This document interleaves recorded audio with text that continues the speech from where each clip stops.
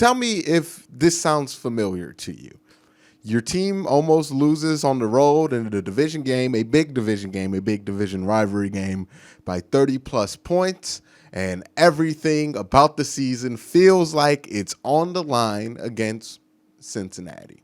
Sound familiar? Because it's exactly where the Browns were in week 2 when they headed into First Energy Stadium on Thursday Night Football to play the Cincinnati Bengals the first time around. And now the second time around, it's almost the exact same situation. Literally carbon copied. So what are my thoughts on this game? Well, let's talk about it. Real quick before this video starts, I want to make sure you guys hit that like button, hit that subscribe button, ding that notification bell so you can be notified when I upload. Also, if you're interested in supporting me in other areas, please check out my Patreon. You can also do a one-time donation on PayPal. And also, you can follow me on Twitch. All of those things would be appreciated. But now let's talk about this game. And I think the number one through line throughout this game is going to be, will this Browns defensive line show up, and will the Browns offensive line show up? It's going to be all about the Browns line of scrimmage attacking what they should be able to attack in weaker offensive and defensive lines. That's going to be the question for the Browns offense. That's going to be the question for the Browns defense. Those are going to be the most important things in this week's game. So that's the through line. We could talk about Baker Mayfield all we want. We could talk about Joe Burrow all we want. But if the Browns win the line of scrimmage on both sides of the ball, that game is pretty much going to lean heavily in the direction of the Cleveland Browns. That's where it matters. Baker Mayfield, is he going to play great? Is he going to bounce back? I don't know. Is he still injured? We'll see how he comes off this game. Cincinnati does have a good secondary. Nothing is guaranteed. Joe Burrow, will he start to look like the star, the budding star he looked like in Cleveland last time the Browns played? Or will he look like the rookie he has looked like in the second half against the Colts and against the Baltimore Ravens for the entire game? These are all interesting questions and interesting storylines to follow while the game's going on, but the game is going to be won or lost for the Browns in the trenches. Offensive line has to hold up and be able to push around guys to run this ball more effectively than they have the last 2 weeks, and the defensive line has to pressure Joe Burrow for reasons that we are going to get into. But to start that, we're going to talk about this Cincinnati Bengals offense versus this Browns defense, and we're going to start with the offensive line. So the Bengals are going to come into this game with some not great numbers behind them, especially when it comes to their pass protection. They're the 4th most pressured team in the NFL. They've given up 64. They have the 3rd least pocket time in the NFL with 2.3, the 2nd most sacks allowed with 24. Pro Football Focus has this offensive line ranked as the 25th best pass blocking offensive line and the 12th best run blocking offensive line. DVOA, which grades more on team efficiency, has them ranked as the 31st pass blocking offensive line and the 29th run blocking offensive line. So abysmal numbers when it comes to efficiency there. The question is, coming into this game, will those struggles continue? And also, who gave the Cincy offensive line trouble in week 2? Well, obviously, it's going to start with Myles Garrett, who had 9 pressures, a strip sack, and 2 tackles for loss against Cincinnati when he played them in week 2. Also, Porter Gustin, who had 6 pressures and 4 tackles for loss. And then you also have Sheldon Richardson, who had 4 pressures, sack, and I believe 2 TFLs. So those guys are all going to be healthy. You're going to have a healthy Adrian Claiborne back. You're going to have a healthy Olivier Vernon back. This defensive line for the Browns is going to be much more healthy than they were coming in to week 2's game. So I hope that they come in and dominate a little bit more than they did in week 2 and take advantage of some of the weaknesses on the Cincinnati offensive line. And when we talk about the weakness on the Bengals offensive line, I think it's important to point out that Jonah Williams, their left tackle, and Trey Hopkins, their center, are probably their 2 best linemen. Everything else is just it might as well be anybody in there. I mean, Bobby Hart can be good at times in certain situations, but other than that, it could be anybody at those positions there. So again, this is a prime opportunity for this defensive line to have a bounce back performance after being nullified against Pittsburgh, quite frankly. Joe Burrow, when he's under pressure, it's been when he's been at his worst. He's 32 of 69, 2 touchdowns, 2 interceptions under pressure. You know, you can rattle him a little bit once you take away some of the short stuff from him, which is something that the Browns are better positioned to do this week than they were in week 2. And with Joe Burrow, I think it's going to be incredibly interesting to watch him this week, because the two teams that the Browns lost to, what those two teams have in common is that they were able to attack the Browns down the field effectively really well. So that's going to be something to see if Joe Burrow can take advantage of that. One, because his offensive line, as we talked about, is not good. And when your offensive line is not good, you tend to not have a lot of time to throw the ball deep down the field. So that might not be there. Also, Joe Burrow flat out just not been good when it comes to 20-plus yard throws. He's 2 of 28, 90 yards, 1 touchdown, 1 interception. And I know last week it looked like he showed some progress in that area, but he still was 1 of 4 with the interception and only 67 yards. So it's not something he's coming into this week's game showing that he's improved on. And that's going to be a big issue for Joe Burrow, because, again, I don't think that short area where he dominated last year. And if you look at the Browns passing chart since Kevin Johnson has come back to this team and has returned as the starting slot corner, that inside area just hasn't been as wide open as it was when Joe Burrow played them. So if Joe Burrow is going to rely on that area of the field being as open as it was in week 2, he's going to be in for a rude awakening. And it's going to be up to this Browns defensive line to pressure him to make sure that he doesn't have time to even attempt downfield. And when he does, he's bothered, because I feel like this week, as opposed to week 2, the Browns are much more equipped to get some turnovers if Joe Burrow has to throw the ball a ridiculous amount of time within that 0 to 10 yard span. I think they're much more equipped to be able to get those turnovers now than they were against Cincinnati the first time. And again, that's going to be a huge difference for Joe Burrow, because Malcolm Smith is now fully into this offense. He gets a ton of snaps. He's been their best pass defending and coverage linebacker. And then Kevin Johnson has been miles better than Tavierre Thomas was in that role. So that's going to be interesting to see what that does, because the matchups there are just much better for the Browns than they were in week 2. Also, another thing that Kevin Johnson adds is a consistent answer for Tyler Boyd, which killed the Browns in week 2. Tyler Boyd absolutely destroyed this Browns team in week 2 because nobody had a real option to cover him. I believe you were throwing Tavierre Thomas at Tyler Boyd, which is not a great situation for this football team. Also, Denzel Ward and Terrence Mitchell, I think, will be fine against A.J. Green and T. Higgins on the outside there.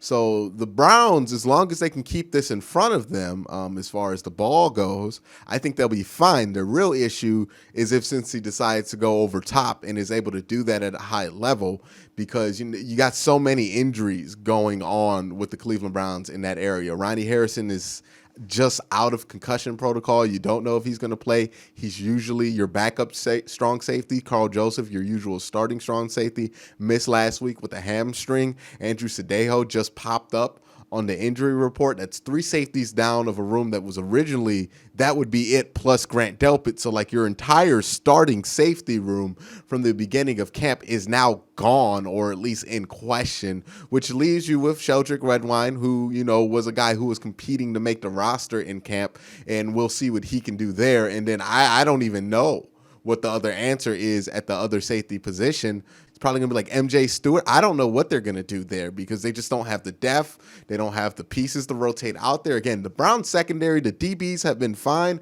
but the safeties have just taken a beaten this year from a health standpoint and from a on-the-field standpoint. And if the Bengals can get protection long enough to attack down there, and if Joe Burrow can fix whatever it is that can allow him to be more accurate down the field, then that's going to be trouble for this Browns defense. But if the defensive line can get pressure, that annuls all of it. But again, that's the big question for the Cincinnati Bengals coming into this game. 1, can they block long enough to give Joe a chance to go downfield? And 2, can Joe execute when he throws downfield? Because the answer to both of those things throughout this season have been a resounding no. And if those things can't happen, I don't think they're going to have the same amount of success in the passing game that they had in week 2, because I think the Browns are stronger in that area of the field that Joe Burrow was able to dominate in week 2. Now let's talk about the Bengals' run game.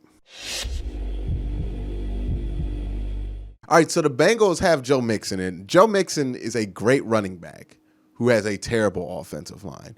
And I know Nick Chubb was a great running back who had a terrible offensive line last year, but this is a special case of bad when it comes to the offensive line, because when you see this offensive line play against lesser competition that they can kind of just be average against, like Jacksonville and the Chargers, they do fine. He had 6 yards per carry, 200 yards, 2 touchdowns versus Jacksonville. That's really good numbers. 4.4 yards per carry, 122 yards in the touchdown versus the Chargers. But whenever he plays a D-line that's ranked on the good half of the top 15 of the NFL, then that becomes an issue for the Bengals, and that's where he starts to have his yards per carry go from 4.4 and 6.0 to below 3.1, sometimes as low as 2.5. And that's a huge issue with the Bengals. I think that's the Bengals' biggest problem. As much as the pass protection has gotten pressed because you're letting your young quarterback get hurt, and that's definitely deserving, I think the Bengals' biggest issue is their ability or inability to be able to run the ball with any level of consistency, because that just doesn't help your young quarterback, and it puts your young quarterback in more of a position to have to get hit more often. It's just not a great situation for him to be in. And I just feel like if they were able to run the ball, you could stabilize a lot of things for him and be able to make defense be more simplified for him to read. But since that's not the case, defenses are just allowed to get all buck wild against this Bengals offensive line, because there's really no fear of them being able to move guys out the way and make them pay when it comes to the run game. And that's the biggest issue for the Bengals. All the other stuff would be mitigated a little bit if they could run the ball with some consistency. And it's not Joe Mixon's fault, it's the offensive line's fault. In week 2, when the Browns played them, a similar story. Browns held in to 68 yards on 24 attempts, so it's under 3 yards a carry, no touchdowns. And that really put Joe Burrow in a bad position where the Browns were able to penetrate, get a ton of pressures, get a ton of hits, and really knock Joe Burrow around a lot in that game. Even though Joe Burrow had a good game, it was not good for his long-term health that he had to take all those hits. So will the Bengals be able to run the ball against the Browns? Like, will that be a big thing that they can do? I don't expect it, but I don't know what to expect with this Cleveland Browns team. They look so bad against the run, against a Pittsburgh team that was one of the worst run-blocking offensive lines in football, that it's kind of resetting my expectations on what this run defense is. Because remember, coming into the season, I thought they had issues with the middle of this run defense that didn't really manifest itself until this last week against Pittsburgh. So I don't know if that's a permanent trend or if that's just something that happened with Pittsburgh. But it's definitely a concern because, again, Pittsburgh coming into that game was not a good run-blocking team. So the fact that Cincy coming into this game is not a good run-blocking team is not really something that I'm going to be excited about as a Browns fan, because they didn't take advantage of the last team that wasn't a great run-blocking team when they played. So I don't know, because if the Bengals are able to run the ball, that's an absolute game changer. That's why the Browns need to be able to win the line of scrimmage on both sides of the ball. So everything in my brain, everything logical tells me they're going to be able to stop the run. But I am concerned because of how badly they played against the run in Pittsburgh, that's going to kind of trickle in to Cincinnati and start to become a trend. I hope that's not the case, but the skeptic in me can't let that possibility go away. The keys are very clear, and the path is very clear to slow down Cincinnati's offense, right? If you pressure Burrow, he can't hurt you downfield, and I think he'll turn the ball over more if he throws a lot short like he did in week 2, because Malcolm Smith's now there, Kevin Johnson's now there. Just the coverage in the short part of the field is much better for the Cleveland Browns and has gotten those turnovers.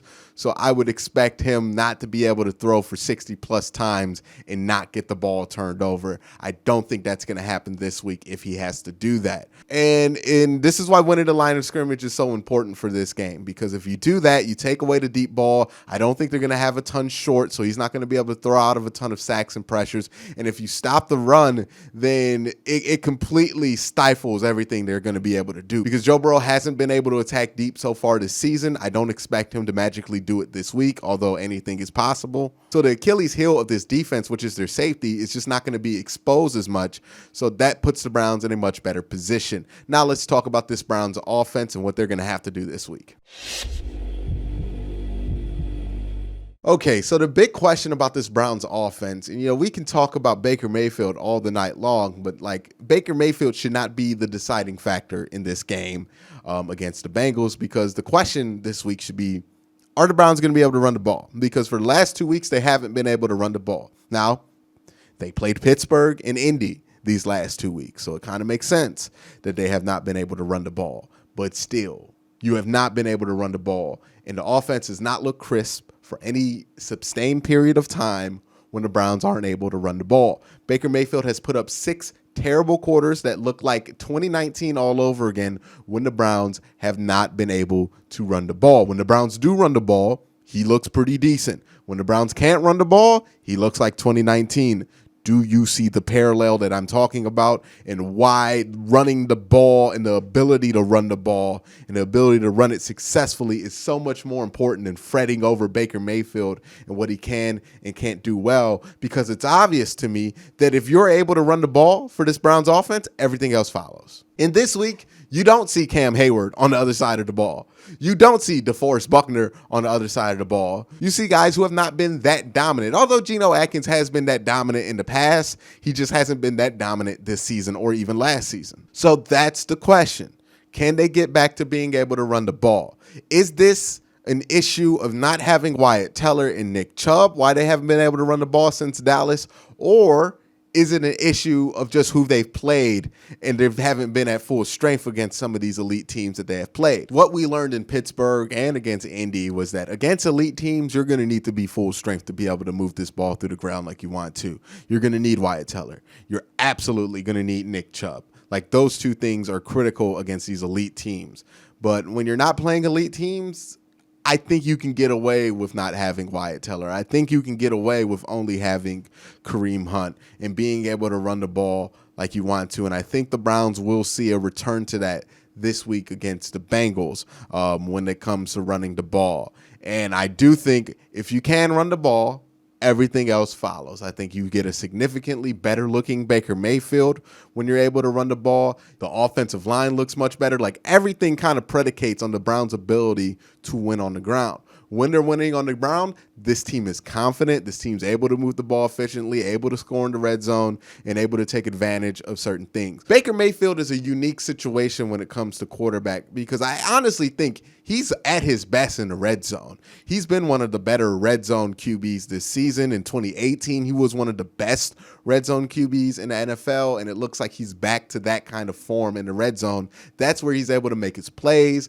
That's where he's able to see things at his clearest. But when you're asking Baker Mayfield to drive you downfield consistently, that's when he's going to make the most mistakes that he's going to make, because teams are just going to be able to confuse him more, be more risky, and be more willing to take risk. And that's where Baker Mayfield's not going to see some things and make some mistakes. So for the Browns, it's about being able to move this ball up and down the field with the run game and a simplified passing game. And then once you get to the red zone, you can let Baker Mayfield loose. You can let him do what he does, because in those situations, he's actually pretty good. So that's what the situation is for Baker Mayfield and this Cleveland Browns team. The Browns offense needs to be able to get the ball downfield simply without too much need from Baker Mayfield. And then once they get into the red zone, he can do it. You're not reliant on the Browns to really run the ball well in the red zone as much as you are on Baker Mayfield. And Baker Mayfield has been pretty good in the red zone. So that's going to be the template for the Browns. You know, be able to run this ball. I think you're going to be able to do it. And then once the field gets condensed a little bit, that's where Baker Mayfield can do some of the things that remind you he was drafted number 1 overall. You know, that's where he can show off the arm strength, the quick decision making, the ability to move outside the pocket and make a play on improvisation. Like, that's where Baker Mayfield can take advantage of things, is in the red zone. The problem is the Browns just got to consistently get there, and they can't consistently get there if they can't run the ball and do a lot of play action to get there. And that's been the problem these last 2 weeks, about the offense just looking kind of out of sync at times. That being said, everything being said, I do think the Browns should be able to win this game if they come in there and play at any level of being prepared and are ready to go. If they come in here whining about what happened in Pittsburgh still